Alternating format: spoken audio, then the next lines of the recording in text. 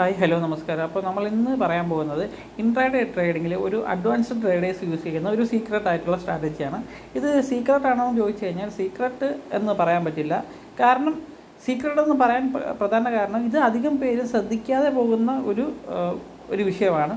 അതുകൊണ്ടാണ് ഞാൻ സീക്രട്ട് എന്ന് പറയാനായിട്ട് പ്രധാന കാരണം. അപ്പോൾ പക്ഷേ ഇത് വളരെ ഇമ്പോർട്ടൻ്റ് ആണ്. അതുപോലെ തന്നെ ഈ ഒരു ഫോമിൽ നമ്മൾ മാർക്കറ്റിനെ അപ്രോച്ച് ചെയ്ത് പോയി കഴിഞ്ഞാൽ നമുക്ക് ഓവറോൾ പ്രോഫിറ്റ് ഉണ്ടാവാനും അല്ലെങ്കിൽ മാർക്കറ്റിൽ സക്സസ് നേടുവാനും ഈസി ആയിട്ട് പറ്റുന്നതായിരിക്കും. അപ്പോൾ ആ ഒരു ടെക്നിക്കിനെ പറ്റിയിട്ടാണ്. ആ ഒരു ടെക്നിക്ക് മീൻസ് അത് ഒരു സം സെറ്റ് ഓഫ് റൂൾസാണ്. നമ്മൾ മാർക്കറ്റിനെ അപ്രോച്ച് ചെയ്യുന്ന ട്രഡീഷണൽ രീതിയിൽ നിന്ന് മാറിയിട്ട് സം സെറ്റ് ഓഫ് റൂൾസാണ്. അപ്പോൾ അതിനെ പറ്റിയിട്ട് ആ ഒരു ടെക്നിക്കിനെ പറ്റിയിട്ടാണ് ഈ ഒരു വീഡിയോയിൽ പറയാനായിട്ട് പോകുന്നത്. ഫസ്റ്റത്തെ നമുക്ക് ഒരു കാര്യം നമ്മൾ മനസ്സിലാക്കേണ്ടതായിട്ടുള്ളത്, നമ്മൾ ഇൻട്രാഡേ ട്രേഡ് ചെയ്യുമ്പോഴത്തേക്കും നമുക്ക് എൻഡ് ഓഫ് ഡേ നമ്മൾ നോക്കിക്കഴിഞ്ഞാൽ ഒന്നുകിൽ ലോസ് മേക്കിംഗ് ഡേ ആയിരിക്കും, അതല്ല എന്നുണ്ടെങ്കിൽ അത് പ്രോഫിറ്റ് മേക്കിംഗ് ഡേ ആയിരിക്കും. ഇതിൽ രണ്ടിൽ ഏതെങ്കിലും മാത്രമേ ഉണ്ടാകാറുള്ളൂ, ഒന്നിൽ പ്രോഫിറ്റ് അല്ലെങ്കിൽ ലോസ്. പക്ഷേ നമ്മൾ ഒരു ദിവസം എടുത്ത് കാൽക്കുലേറ്റ് ചെയ്യുകയാണെന്നുണ്ടെങ്കിൽ നമ്മൾ ഒരുപാട് ട്രേഡ് എടുക്കും. 5, 10, 15, 20 ട്രേഡ് എടുക്കുന്നുണ്ടാവും. അങ്ങനെ കൂടുതൽ ട്രേഡ് എടുക്കുന്ന ദിവസങ്ങളിലെല്ലാം നമ്മൾ ഓവറോൾ നമുക്ക് ലോസ് മേക്കിംഗ് ഡേ ആയിട്ട് വരാനുള്ള സാധ്യത ആണ് കൂടുതൽ കാണുന്നത്. അതായത് എത്ര കൂടുതൽ ട്രേഡ് നമ്മൾ അന്നത്തെ ദിവസം എടുക്കുന്നോ അത്രയും നമുക്ക് ലോസിന് ഉള്ള സാധ്യത കൂടുതൽ വന്നിട്ടുണ്ടാവും. ഇത് ഈ ഒരു പറഞ്ഞ കാര്യം നമ്മൾ അത്യാവശ്യം റെഗുലർ ട്രേഡ് ചെയ്യുന്ന ഇൻട്രാഡേ ട്രേഡ് ചെയ്യുന്ന എല്ലാവർക്കും ഒരുപാട് പൊസിഷൻസ് എടുത്ത് അറ്റ് എ ടൈമോ അല്ലെങ്കിൽ ഓരോന്ന് ക്ലോസ് ചെയ്ത ശേഷം അടുത്തടുത്ത് പോയി എടുക്കുന്ന ടൈപ്പോ ആൾക്കാർക്ക് എല്ലാവർക്കും ഈ ഒരു പറഞ്ഞ കാര്യം റിലവൻ്റ് ആയിട്ട് മനസ്സിലായിട്ടുണ്ടാവും. കാരണം നമ്മൾ ഇൻട്രാഡേ ട്രേഡിങ്ങിൽ 2 തരം ദിവസങ്ങൾ മാത്രമേ ഉണ്ടാകാറുള്ളൂ എന്ന് നമ്മൾ പറഞ്ഞു. അതായത് പ്രോഫിറ്റ് മേക്കിംഗ് ഡേയ്സും ലോസ് മേക്കിംഗ് ഡേയ്സും. അപ്പോൾ നമ്മൾ ആ ഒരു റിസൾട്ട് നമുക്ക് ഒന്ന് അല്ലെങ്കിൽ മറ്റത് മാത്രമാണെന്നുണ്ടെങ്കിൽ നമ്മൾ ഒരുപാട് ട്രേഡ് എടുക്കേണ്ട ആവശ്യം എന്താണ്? നമുക്ക് ആ പ്രോഫിറ്റ് അല്ലെങ്കിൽ ആ ഒരു ലോസ് എന്ന് പറയുന്നത് നമ്മൾ ഒറ്റ ട്രേഡ് എടുക്കുമ്പോൾ തന്നെ നമുക്ക് ആ ഒരു സ്റ്റോക്കിൽ ലഭിക്കുന്നതായിരിക്കും. അപ്പോൾ നമ്മൾ ഒരുപാട് സ്റ്റോക്കുകളുടെ എണ്ണം കൂട്ടി ഒരുപാട് ബൈയിങ്ങും സെല്ലിങ്ങും എടുക്കുന്നതിന് പകരം സാധാരണ അങ്ങനെ എടുക്കുന്നവരുടെ പ്രധാന ലക്ഷ്യം എന്ന് പറയുന്നത് ഒരുപാട് സ്റ്റോക്ക് എടുക്കുമ്പോഴത്തേക്ക് ഏതെങ്കിലും 1, 2, 3 പ്രോഫിറ്റിലെത്തുമല്ലോ, അത് കവർ ചെയ്തെടുക്കാമല്ലോ എന്നൊക്കെ വിചാരിച്ചിട്ടായിരിക്കും. പക്ഷേ അത് ഓവറോൾ പരാജയപ്പെടാറായി സംഭവിക്കാറുള്ളൂ. മറിച്ച് നമ്മൾ ഈ ഒരു റൂൾ പ്രകാരം നമ്മൾ ഒരു ദിവസം ഒരു ട്രേഡ് മാത്രം എടുക്കുന്നു. അത് ഒന്നുകിൽ പ്രോഫിറ്റിലെത്തും, അത് അല്ലെങ്കിൽ ലോസിലെത്തും. ഇതിലേതെങ്കിലും ഒന്ന് മാത്രമേ ആ ഒരു കാര്യത്തിൽ സംഭവിക്കുള്ളൂ. ഒന്നിൽ നമ്മുടെ സ്ട്രാറ്റജി ഒന്ന് ശരിയാവും. നമ്മൾ ശരിയാവുന്ന ദിവസം നമുക്ക് കണ്ടു കഴിഞ്ഞാൽ അറിയാം നമ്മൾ വിചാരിക്കുന്ന രീതിയിൽ തന്നെ ആയിരിക്കും സ്റ്റോക്ക് മൂവ് ചെയ്യുന്നത്. നമ്മുടെ സ്ട്രാറ്റജി ശരിയാവാത്ത ദിവസം നമ്മൾ ഉദ്ദേശിക്കുന്ന രീതിയിൽ നമ്മൾ എന്തൊക്കെ ചെയ്താലും ആ ഒരു സ്റ്റോക്ക് നമുക്ക് അനുകൂലമായിട്ട് വരികയില്ല. നമ്മൾ ആ ഒരു പൊസിഷൻ ക്ലോസ് ചെയ്തിട്ട് അടുത്ത പൊസിഷൻ എടുത്താൽ അത് അങ്ങനെ തന്നെയായിരിക്കും. അതിൻ്റെ അടുത്ത ദിവസം പൊസിഷൻ എടുത്താൽ അങ്ങനെ തന്നെയായിരിക്കും.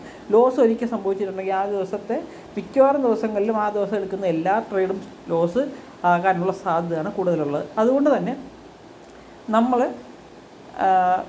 അത്തരം ദിവസങ്ങൾ ഒഴിവാക്കാനായിട്ട് നമ്മൾ ഒറ്റ ട്രേഡ് മാത്രമായിട്ട് എടുക്കാനായിട്ട് ശ്രമിക്കുക. അതാണ് ഫസ്റ്റത്തെ റൂളെന്ന് പറയുന്നത്. അടുത്തത് നമ്മൾ പ്രധാനമായിട്ട് ചെയ്യുന്നത് ട്രേഡ് ചെയ്യുമ്പോഴത്തേക്ക് ഇൻട്രാഡേ ട്രേഡിങ്ങാണ് ചെയ്യുന്നതെന്നുണ്ടെങ്കിൽ നമ്മൾ പ്രധാനമായിട്ട് ചെയ്യുന്നത് നമ്മൾ പ്രോഫിറ്റ് മേക്കിംഗ് ഡേയ്സ് ആക്കാനായിട്ട് ശ്രമിക്കും. എല്ലാ ദിവസവും പ്രോഫിറ്റ് ഉണ്ടാക്കാനായിട്ട് ശ്രമിക്കും. നമുക്ക് അതിനിടയ്ക്ക് ലോസ് വരാറുണ്ട്, അത് വേറെ കാര്യം. പക്ഷേ നമ്മൾ എല്ലാ ദിവസവും പ്രോഫിറ്റ് നമുക്ക് ഉണ്ടാക്കണം എന്നുള്ള രീതിയിലാണ് എല്ലാ ദിവസവും ട്രേഡ് ചെയ്യാറുള്ളത്. പക്ഷേ ഇൻട്രാഡേ ട്രേഡിങ്ങിൽ പരാജയപ്പെടുന്ന എല്ലാവരും അതിൽ വിജയിക്കാറില്ലാത്തതുകൊണ്ടാണ് പരാജയപ്പെടാനുള്ള പ്രധാന കാരണം. അപ്പോൾ അതിന് വിപരീതമായിട്ട് നമ്മൾ എല്ലാ ദിവസവും പ്രോഫിറ്റ് ഉണ്ടാക്കാനായിട്ട് ശ്രമിക്കുന്നതിന് പകരം നമ്മൾ ലോസ് ഉണ്ടാക്കുന്ന ദിവസങ്ങളെ കണ്ടെത്താൻ ശ്രമിക്കുക. ഈ പറഞ്ഞ കാര്യം വളരെ ശ്രദ്ധിച്ച് വെക്കുക. പ്രോഫിറ്റ് മേക്കിംഗ് ദിവസം കണ്ടെത്താൻ ശ്രമിക്കുന്നതിന് പകരം നമ്മൾ ലോസ് മേക്കിംഗ് ആയിട്ടുള്ള ദിവസങ്ങളെ കണ്ടെത്താൻ ശ്രമിക്കുക. അതായത് ഞാൻ നേരത്തെ പറഞ്ഞതുപോലെ തന്നെ 2 ദിവസങ്ങളേ ഉള്ളൂ, ഒന്ന് പ്രോഫിറ്റ് മേക്കിംഗ് ഡേയ്സും 2 ലോസ് മേക്കിംഗ് ഡേയ്സും. അപ്പോൾ നമുക്ക് എപ്പോഴും ഉള്ളത് എന്തെന്ന് വെച്ച് കഴിഞ്ഞാൽ നമ്മൾ ഒരു ട്രേഡ് വെച്ച് എല്ലാ ദിവസവും എടുക്കുകയാണെങ്കിൽ ഒരു 10 ദിവസം എടുത്തു കഴിഞ്ഞാൽ ഇതിനിടയ്ക്ക് പ്രോഫിറ്റ് ഉണ്ടാക്കുന്ന ദിവസങ്ങളും ഉണ്ടാവും. നല്ല സ്ട്രാറ്റജി ആണെന്നുണ്ടെങ്കിൽ പ്രോഫിറ്റ് ഉണ്ടാക്കുന്ന ദിവസങ്ങളും ഉണ്ടാവും, ലോസ് ഉണ്ടാക്കുന്ന ദിവസങ്ങളും ഉണ്ടാവും. അപ്പോൾ ഈ പ്രോഫിറ്റ് ഉണ്ടാക്കുന്ന ദിവസങ്ങളിൽ ബാഡായിട്ട് അഫക്റ്റ് ചെയ്യുന്നത് എപ്പോഴും ലോസ് ഉണ്ടാക്കുന്ന ദിവസങ്ങളിലെ നഷ്ടങ്ങളാണ്. അതായത് ഒരു ദിവസം 100 രൂപ അല്ലെങ്കിൽ 500 രൂപ നമുക്ക് പ്രോഫിറ്റ് കിട്ടിയിട്ടുണ്ടെങ്കിൽ, അല്ലെങ്കിൽ 1000 അല്ലെങ്കിൽ 10000 രൂപ പ്രോഫിറ്റ് കിട്ടിയിട്ടുണ്ടെങ്കിൽ അതിനടുത്ത ദിവസം അതിൻ്റെ ഇരട്ടിയായിട്ട് ലോസ് വന്നു കഴിഞ്ഞാൽ നമുക്കൊരിക്കലും ആ ഓവറാൾ പ്രോഫിറ്റ് ഉണ്ടാക്കാനായിട്ട് പറ്റില്ല. അപ്പോൾ അതാണ് ഇതിൻ്റെ ടെക്നിക്ക് എന്ന് പറയുന്നത്. പ്രോഫിറ്റ് വരുന്ന ദിവസം നമുക്ക് എന്തായാലും വന്നുകൊണ്ടിരിക്കും. ലോസ് ഉണ്ടാകുന്ന ദിവസത്തെ നമ്മൾ ഏർലി സ്റ്റേജിൽ കണ്ടുപിടിച്ച് അതിനെ സ്റ്റോപ്പ് ചെയ്യുക, ആ ഒരു ലോസിനെ സ്റ്റോപ്പ് ചെയ്യുക എന്നുള്ളതാണ് നമ്മുടെ പ്രധാന ലക്ഷ്യം എന്ന് പറയുന്നത്. അതുകൊണ്ട് തന്നെ നമ്മൾ ലോസ് ഉണ്ടാക്കുന്ന ദിവസത്തെ ഏതാണ്, എന്തായാലും നമ്മൾ 10 ദിവസം ട്രേഡ് ചെയ്യുമ്പോഴത്തേക്ക് ഇതിൽ കുറേ ദിവസങ്ങളിൽ നമുക്ക് ലോസ് ഉണ്ടാവും എന്നുള്ളത് നമ്മൾ അറിയാം. അപ്പോൾ നമ്മൾ അടുത്ത 10 ദിവസം ട്രേഡ് ചെയ്യുന്നതിന് മുമ്പ് നമ്മൾ ഓരോ ദിവസം നോക്കേണ്ടത് ഇന്ന് ലോസ് ഉണ്ടാക്കുന്ന ദിവസമാവാൻ ചാൻസ് ഉണ്ടോ എന്നുള്ളതാണ് നമ്മൾ ജസ്റ്റ് നോക്കേണ്ടത്. അങ്ങനെയാണെന്നുണ്ടെങ്കിൽ നമ്മൾ ഫസ്റ്റ് ട്രേഡ് ചെയ്യുന്നത് തന്നെ നമ്മൾ എല്ലാ സ്ട്രാറ്റജിയും അനുസരിച്ച് നമ്മൾ എല്ലാ മാർക്കറ്റിൻ്റെ കണ്ടീഷൻസും നോക്കിയിട്ട് സ്ട്രാറ്റജിക്ക് അനുസരിച്ച് തന്നെ ഒരു ട്രേഡ് എടുത്തിട്ടുണ്ടെങ്കിൽ ആ ട്രേഡ് പക്ഷേ സ്റ്റോപ്പ് ലോസ് ഹിറ്റ് ചെയ്തിട്ടുണ്ടെങ്കിൽ നമുക്ക് അന്നത്തെ ദിവസം ഉറപ്പിക്കാം അത് നമ്മുടെ അന്നത്തെ ലോസ് മേക്കിംഗ് ഡേ ആണ്. അന്ന് കൂടുതൽ ട്രേഡ്സ് എടുക്കാനായിട്ട് പാടില്ല. ആ ദിവസം അവിടെ വെച്ച് സ്റ്റോപ്പ് ചെയ്യേണ്ടതുണ്ട്. എന്നാൽ മാത്രമേ നമുക്ക് പ്രോഫിറ്റ് മേക്കിംഗ് ഡേയ്സിൽ കിട്ടുന്ന പ്രോഫിറ്റിനെ പ്രിവെൻറ്റ് ചെയ്യാനായിട്ട് പറ്റുള്ളൂ, ലോസിലേക്ക് പോകാതെ പ്രിവെൻറ്റ് ചെയ്യാനായിട്ട് പറ്റൂ. അപ്പോൾ ഈ ഒരു കാര്യത്തിൽ നമ്മൾ കോൺസെൻട്രേറ്റ് ചെയ്യുകയാണെന്നുണ്ടെങ്കിൽ നമുക്ക് ഓവറാൾ നമുക്ക് പ്രോഫിറ്റ് ഉണ്ടാക്കാൻ ഈസി ആയിട്ട് ഇൻട്രാഡേ ട്രേഡിങ്ങിൽ പറ്റും. അപ്പോൾ അത് മാത്രമല്ല, ലോസ് നമുക്ക് 1:2 റിസ്ക് ടു റിവാർഡ് റേഷ്യോ നമ്മൾ മെയിൻറ്റെയിൻ ചെയ്ത് പോവുകയാണെന്നുണ്ടെങ്കിൽ നമുക്ക് ഈസി ആയിട്ട് നമുക്ക് ഈ ഒരു കാര്യം ചെയ്ത് കഴിഞ്ഞാൽ തന്നെ നമുക്ക് ഈസി ആയിട്ട് പ്രോഫിറ്റിലേക്ക് കൺവേർട്ടാക്കി എടുക്കാനായിട്ട് പറ്റുന്നതാണ് ലോങ് ടേമിൽ. അതുപോലെ തന്നെ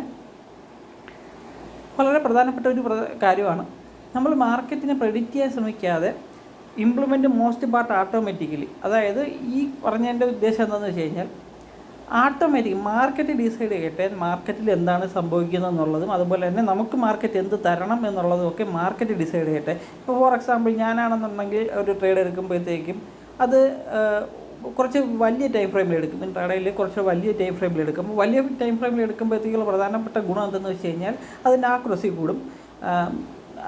ചെറിയ ടൈം ഫ്രെയിമിൽ ചെറുതാവും തോറും ആക്യുറസി കുറഞ്ഞുകൊണ്ടിരിക്കും. അതുപോലെ തന്നെ മാർക്കറ്റ് രാവിലെ എൻട്രി ചെയ്ത് കഴിഞ്ഞാൽ വൈകുന്നേരം ഞാനത് ഹോൾഡ് ചെയ്യും. കാരണം ഒരു പാറ്റേൺ നമ്മൾ കണ്ടിട്ടുള്ളത് രാവിലെ എടുക്കുന്ന ട്രെൻഡിങ് ഇൻട്രാഡേയിൽ ട്രെൻഡ് ചെയ്യുന്ന സ്റ്റോക്കുകളൊക്കെ ആണെങ്കിൽ നമുക്ക് രാവിലെ എടുക്കുന്ന ട്രെൻഡ് കണ്ടിന്യൂ ചെയ്ത് വൈകുന്നേരം വരെ പോകുകയാണെന്നുണ്ടെങ്കിൽ നമുക്ക് വൈകുന്നേരം ആയിരിക്കും മാക്സിമം പ്രോഫിറ്റ് ബുക്ക് ചെയ്യാനായിട്ട് അതിൽ പറ്റുന്നത്. അപ്പോൾ അതിൽ നമ്മുടെ പാർട്ട് കുറവാണ്, നമ്മുടെ പ്രെഡിക്ഷൻ പാർട്ട് കുറവാണ്. നമുക്ക് എവിടെ പ്രോഫിറ്റ് ബുക്ക് ചെയ്യണം അങ്ങനെയൊക്കെയുള്ള ഒരു പ്രെഡിക്ഷൻ പാർട്ട് നമുക്ക് കുറവാണ്. മാർക്കറ്റ് രാവിലെ നമ്മൾ ഒരു വീക്ക്നെസ് കണ്ടു എൻട്രി എടുത്തു, നമ്മൾ എൻട്രി ബൈ എടുക്കണോ സെല്ല് എടുക്കണോ എന്നുള്ളത് മാത്രം, അതുപോലെ സ്റ്റോക്ക് ഏതിൽ എൻട്രി ചെയ്യണം എന്നുള്ളത് മാത്രമേ നമ്മൾ പ്രെഡിക്റ്റ് ചെയ്യുന്നുള്ളൂ. ബാക്കിയെല്ലാം മാർക്കറ്റിന് വിട്ടുകൊടുക്കുകയാണ്. മാർക്കറ്റ് എത്ര പ്രോഫിറ്റ് തരാനാണെങ്കിൽ മാർക്കറ്റ് പ്രോഫിറ്റ് തരും, ലോസ് തരാനാണെങ്കിൽ മാർക്കറ്റ് ലോസ് തരും. അത് എത്ര തരണം എന്നുള്ളത് മാർക്കറ്റിനെ ഡിസൈഡ് ചെയ്യട്ടെ. അതിൻ്റെ സ്ട്രെങ്തും അല്ലെങ്കിൽ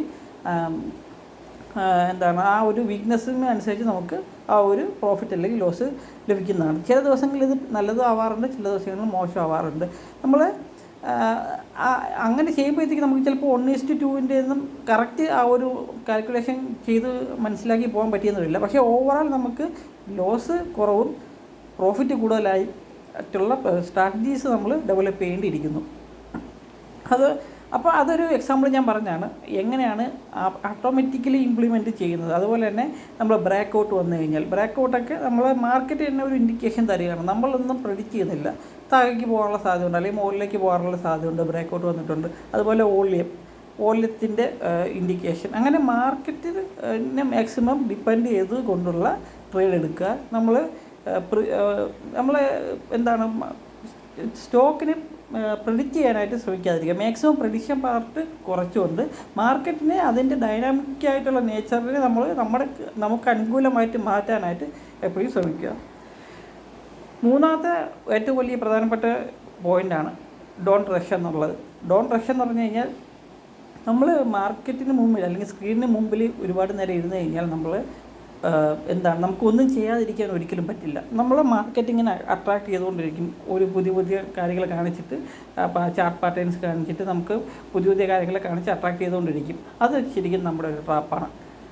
നമ്മൾ ഒരിക്കലും മാർക്കറ്റിൽ ട്രേഡ് എടുക്കാനായിട്ട് റഷ് കാണിക്കരുത്. അതായത് ഒരു ആഴ്ചയിൽ ഒരു ട്രേഡെങ്കിൽ അത്രേ നമുക്ക് വരുന്നുള്ളെങ്കിൽ അതേ എടുക്കാവൂ. നമ്മൾ ഇപ്പോൾ ഇന്നൊരു ട്രേഡ് എടുക്കാൻ പറ്റിയില്ല, നല്ല അവസരങ്ങളൊന്നും വന്നിട്ടില്ല, അല്ലെങ്കിൽ രാവിലെ ഓപ്പൺ സമയത്ത് തന്നെ ഒരുപാട് അവസരങ്ങളൊന്നും വന്നില്ല, നമുക്ക് എടുക്കാൻ പറ്റിയിട്ടില്ല, ഇനി വരുമോ എന്നുള്ള കാര്യം അറിയില്ല. അപ്പോൾ നമ്മൾ റഷ് കാണിച്ചിട്ട് ആവശ്യമില്ലാത്ത മണ്ടത്തരങ്ങൾ കാണിക്കാനുള്ള സാധ്യത വളരെ കൂടുതലാണ്. എപ്പോഴും റഷ് കാണിക്കൽ ഒഴിവാക്കുക. മാർക്കറ്റ് ഒരു ട്രേഡ് എക്സിക്യൂട്ട് ചെയ്ത ശേഷം അത് എപ്പോഴും നോക്കിക്കൊണ്ടിരിക്കുകയോ അല്ലെങ്കിൽ സ്ക്രീനിൻ്റെ ഫ്രണ്ടിൽ ഇരിക്കുകയോ ചെയ്യാതിരുന്നു കഴിഞ്ഞാൽ ഇത്തരം പ്രശ്നങ്ങൾ നമുക്ക് ഒഴിവാക്കാനായിട്ട് പറ്റും. അതുപോലെ തന്നെ നമ്മൾ ഈ ഒരു റഷ് കാണിക്കാതെ നമ്മൾ ചെയ്യേണ്ടത് എപ്പോഴും ലോജിക്കലായിട്ടുള്ള കാര്യങ്ങൾക്ക് മാത്രമേ നമുക്ക് ആക്ഷൻ എടുക്കാവൂ. അതായത് നമ്മളൊരു ട്രേഡ് എടുത്തു, രാവിലെ ട്രേഡ് എടുത്തു, വൈകുന്നേരം വരെ നമുക്ക് ഹോൾഡ് ചെയ്യാനാണ് നമ്മുടെ പ്ലാൻ എന്നുണ്ടെങ്കിൽ ആ ഒരു പ്ലാൻ ഇടയ്ക്കിടയ്ക്ക് മാറാൻ പാടില്ല. അതായത് നമ്മുടെ ലോജിക്ക്, നമ്മൾ ഒന്നിൽ സ്റ്റോപ്പ് ലോസ് ഹിറ്റ് ചെയ്യുമ്പോഴാണ് ആ ഒരു സ്റ്റോക്ക് ഡൗൺ പോകുന്നത്, അല്ലെങ്കിൽ ചിലപ്പോൾ മാർക്കറ്റ് തിരിഞ്ഞിട്ടുണ്ടാവും, നിഫ്റ്റി മാറിയിട്ടുണ്ടാവും. അങ്ങനെ എന്തെങ്കിലും ലോജിക്ക് ഉണ്ടെങ്കിൽ മാത്രമേ ഇടയ്ക്ക് വെച്ച് പ്രോഫിറ്റ് ബുക്ക് ചെയ്യുകയോ അല്ലെങ്കിൽ സ്റ്റോപ്പ് ലോസ് കൊടുത്ത് എക്സിറ്റ് ചെയ്യുകയൊക്കെ ചെയ്യാവൂ. കാരണം എന്താണെന്ന് വെച്ച് കഴിഞ്ഞാൽ നമ്മളൊരു പ്ലാൻ നമ്മൾ നേരത്തെ ഉണ്ടാക്കി വെച്ച് ആ ഒരു സ്ട്രാറ്റജി ബിൽഡ് ചെയ്ത് നമുക്ക് അതിൻ്റെ ലോജിക്കൊക്കെ മനസ്സിലാക്കി റെഡിയാക്കി വെച്ചിട്ടുണ്ടാവും. പക്ഷേ മാർക്കറ്റിലേക്ക് എത്തുമ്പോഴത്തേക്കും ഈ ഒരു സൈക്കോളജിക്കൽ ആസ്പെക്റ്റ് കാരണം അതെല്ലാം നമ്മൾ മറന്നിട്ട് നമ്മൾ പിന്നെ അപ്പോൾ പുതിയ രീതിയിലായിരിക്കും പ്ലാൻ ചെയ്യുന്നത്, പുതിയ എക്സിക്യൂഷൻ ആയിരിക്കും.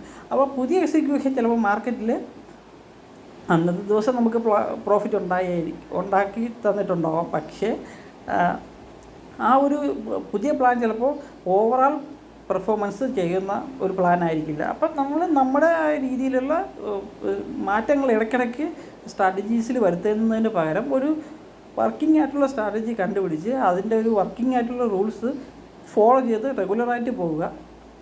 അതിൽ നമ്മൾ ഇടയ്ക്കിടയ്ക്ക് മാറ്റങ്ങൾ വരുത്താതിരിക്കുക. നമ്മളെ മനസ്സിൻ്റേതായ പ്രോബ്ലംസ് നമ്മൾ ഈ ഒരു മാർക്കറ്റിനുള്ളിലേക്ക് കൊണ്ടുവരാതിരിക്കാനായിട്ട് ശ്രമിക്കുക. ഇത്രയും കാര്യങ്ങളൊക്കെയാണ് നമ്മൾ മെയിനായിട്ട് ഒരു ഇൻട്രാഡേ ട്രേഡിൽ ചെയ്ത് തരും. ഇതൊന്നും അധികം ആൾക്കാർ ചെയ്യാറുള്ളതല്ല. എല്ലാവരും ചെയ്യാറുള്ള സംഭവങ്ങൾ, ഒന്ന് നല്ല സ്റ്റോക്ക് കണ്ടുപിടിക്കുക, അല്ലാന്നുണ്ടെങ്കിൽ ഏതെങ്കിലും ഒരു സ്റ്റോക്ക് എടുക്കുക, എന്നിട്ട് അതിനെ പ്രെഡിക്റ്റ് ചെയ്യാൻ ശ്രമിക്കുക. അത് ഈ ഒരു സ്റ്റോക്ക് മുകളിലേക്ക് പോകുമോ താഴേക്ക് പോകുമോ എന്നുള്ളത് പ്രെഡിക്റ്റ് ചെയ്യാൻ ശ്രമിക്കുക. ഇങ്ങനെയുള്ള കാര്യങ്ങൾ ചെയ്ത് കഴിഞ്ഞാൽ ഒരിക്കലും മാർക്കറ്റിൽ നമുക്ക് ഇൻട്രാഡേയിൽ പ്രോഫിറ്റ് ഉണ്ടാക്കാനായിട്ട് പറ്റില്ല.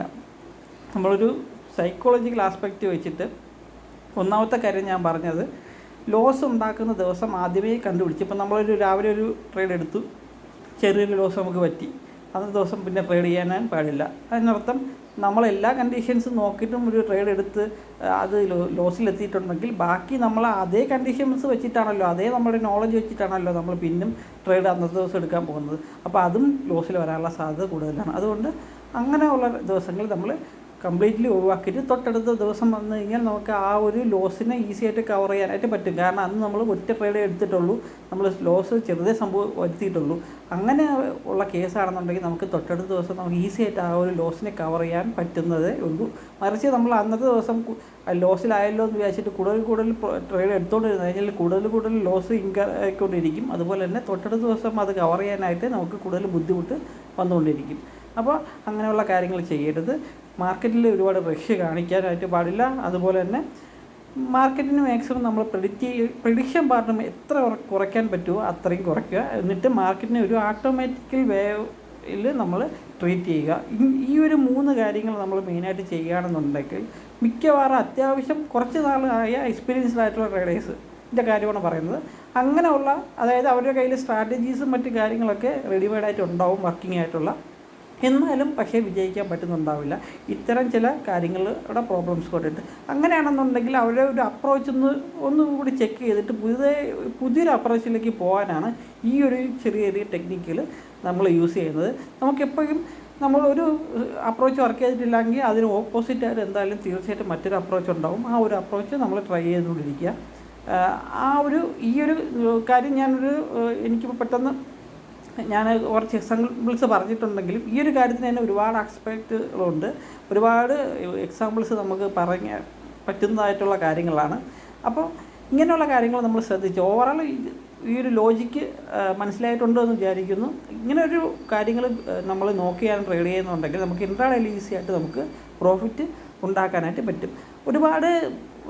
നമുക്ക് ഒരുപാട് കഷ്ടപ്പെട്ട് ബുദ്ധിമുട്ടി ഒക്കെ നമ്മൾ ട്രേഡ് ചെയ്യാൻ ശ്രമിച്ചു കഴിഞ്ഞാൽ ഒരിക്കലും പ്രോഫിറ്റ് ഉണ്ടാവില്ല. വളരെ ഈസി ആയിട്ട് കൂളായിട്ടിരുന്ന് മൈൻഡോടെ ട്രേഡ് ചെയ്യാൻ പറ്റുന്നുണ്ടെങ്കിൽ മാത്രമേ നമുക്ക് ഇൻട്രാഡേയിലെ ട്രേഡിങ് പ്രോഫിറ്റിൽ കൊണ്ടുവരാനായിട്ട് പറ്റൂ എന്നുള്ള കാര്യം നമ്മൾ വളരെ പെട്ടെന്ന് തന്നെ മനസ്സിലാക്കേണ്ടിയിരിക്കുന്നു.